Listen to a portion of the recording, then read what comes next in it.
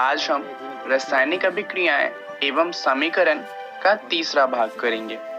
तो चलिए जानते हैं कि इस वीडियो में हम क्या क्या जानने वाले हैं।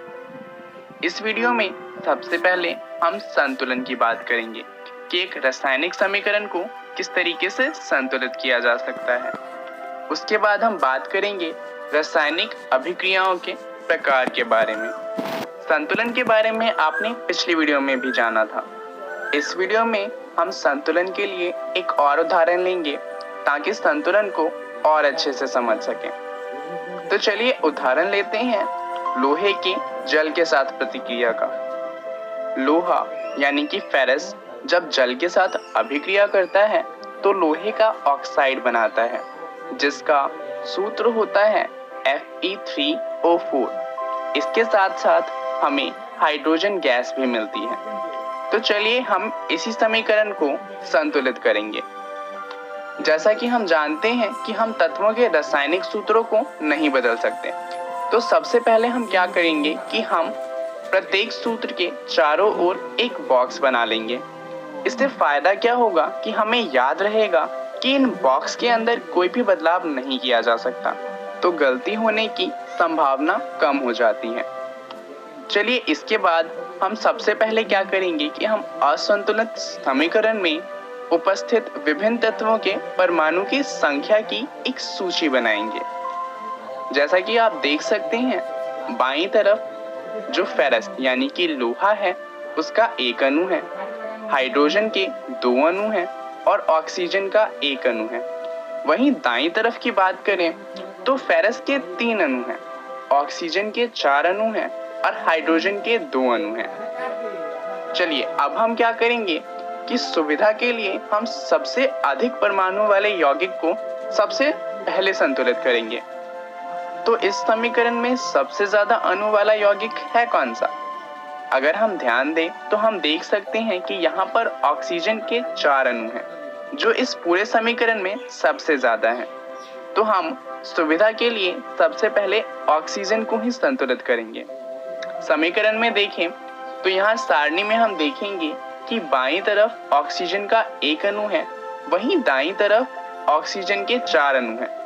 तो बाईं तरफ वाले तत्व को अगर हम 4 से गुना कर दें तो ऑक्सीजन दोनों तरफ संतुलित हो जाएगा।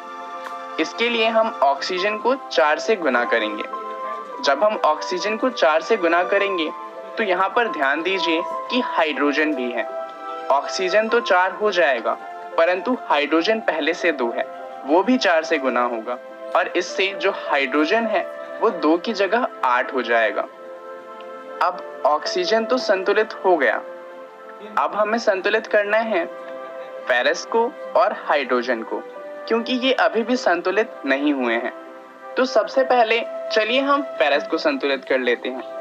यहाँ आप देखेंगे कि बाईं तरफ फेरस का 1 अणु है और दाईं तरफ फेरस के 3 अणु हैं। तो अगर हम बाईं तरफ वाले फेरस को 3 से गुना कर दें तो वो संतुलित हो जाएगा। चलिए इसके लिए हम जो बाईं तरफ वाले समीकरण है उसमें फेरस को 3 से गुना करेंगे। इससे जो नई सारणी बनेगी वहां पर फेरस और ऑक्सीजन दोनों ही संतुलित हो चुके हैं। अब हमें संतुलित करना है हाइड्रोजन को। जैसा कि आप देखेंगे बाईं तरफ हाइड्रोजन के 8 अणु हैं और दाईं तरफ हाइड्रोजन के 2 अणु हैं। तो दाईं तरफ वाले समीकरण को अगर हम 4 से गुना करें तो दाईं तरफ भी हाइड्रोजन के 8 अणु हो जाएंगे। तो हम ऐसा ही करेंगे, हम दाईं तरफ वाले हाइड्रोजन को 4 से गुना करेंगे। इससे क्या होगा कि दाईं तरफ अब हाइड्रोजन के भी 8 अणु हो जाएंगे। अब अगर आप सारणी को ध्यान से देखें तो सारणी की दोबारा से जांच करने पे हम पाएंगे कि दोनों ही तरफ परमाणुओं की संख्या बराबर है। तो हम कह सकते हैं कि जो हमारा समीकरण है अब ये संतुलित हो चुका है। तो हमारा जो संतुलित समीकरण है वो कुछ इस तरीके का दिखता है। 3Fe प्लस में 4H2O, इससे हमें मिलता है Fe3O4 जो कि लोहे का ऑक्साइड है और 4H2O जो कि हाइड्रोजन गैस है। तो अब समीकरण तो संतुलित हो चुका है, परंतु अब बात आती है कि क्या कोई ऐसा तरीका है जिससे जो हमारा रासायनिक समीकरण है उसको और अधिक सूचनापूर्ण बनाया जा सके। क्या हम ऐसा कुछ कर सकते हैं जिससे वो हमें और ज़्यादा सूचना प्रदान करे? एक तरीका तो ये है कि जो हमारा रासायनिक समीकरण है उसके अंदर हम अभिकारक तथा उत्पाद की भौतिक अवस्था को भी दर्शाएं। ये हम किस तरीके से कर सकते हैं?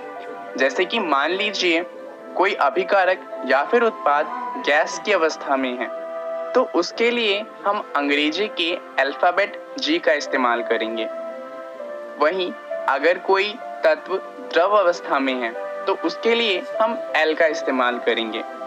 अगर कोई तत्व जलीय अवस्था में है तो उसके लिए हम AQ का इस्तेमाल करेंगे। यहाँ पर जलीय अवस्था का मतलब है कि जो भी तत्व है वो जल में घुला हुआ है। उसके अलावा अगर कोई तत्व ठोस अवस्था में है तो उसके लिए S का इस्तेमाल किया जाता है। चलिए एक उदाहरण देख लेते हैं जिससे ये आसानी से समझ आ जाए। उसी समीकरण को लेते हैं जिसे हमने अभी अभी संतुलित किया था। यहाँ पर हम जानते हैं कि जो लोहा है वो ठोस अवस्था में होता है, तो उसके नाम के साथ में हम ब्रैकेट के अंदर S लिखेंगे। जल के साथ हम G लिखेंगे और लोहे का ऑक्साइड तो ठोस अवस्था में होता ही है, तो उसके साथ भी S आएगा। और हाइड्रोजन गैस तो गैस अवस्था में होती ही है। अब यहाँ पर आप देखेंगे कि जल के साथ हमने G का इस्तेमाल किया है। इस G चिन्ह का उपयोग इसलिए किया गया है क्योंकि ये दर्शाता है कि जो अभिक्रिया है उसमें जल का उपयोग भाप के रूप में किया गया है।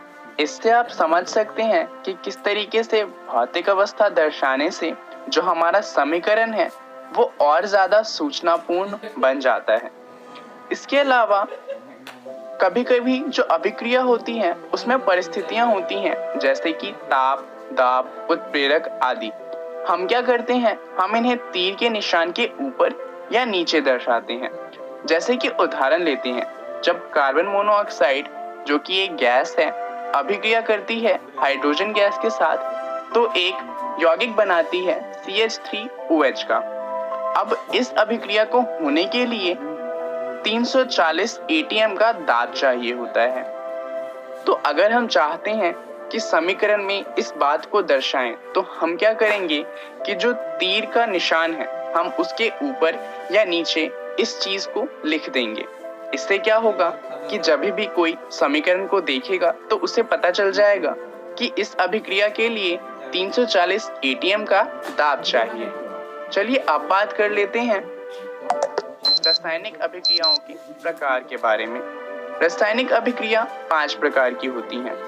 ये हैं संयोजन, वियोजन जिसे हम अपघटन भी कहते हैं, विस्थापन, द्विस्थापन और उपचयन एवं अपचयन। इनके बारे में हम अगले वीडियो में विस्तार से पढ़ेंगे। अभी जान लेते हैं कि इस वीडियो में हमने क्या क्या सीखा। हमने सबसे पहले संतुलन का एक उदाहरण लिया और उसके बाद हमने रासायनिक अभिक्रियाओं के प्रकार के बारे में जाना। चलिए जान लेते हैं कि अगली वीडियो में हम क्या जानने वाले हैं। अगली वीडियो में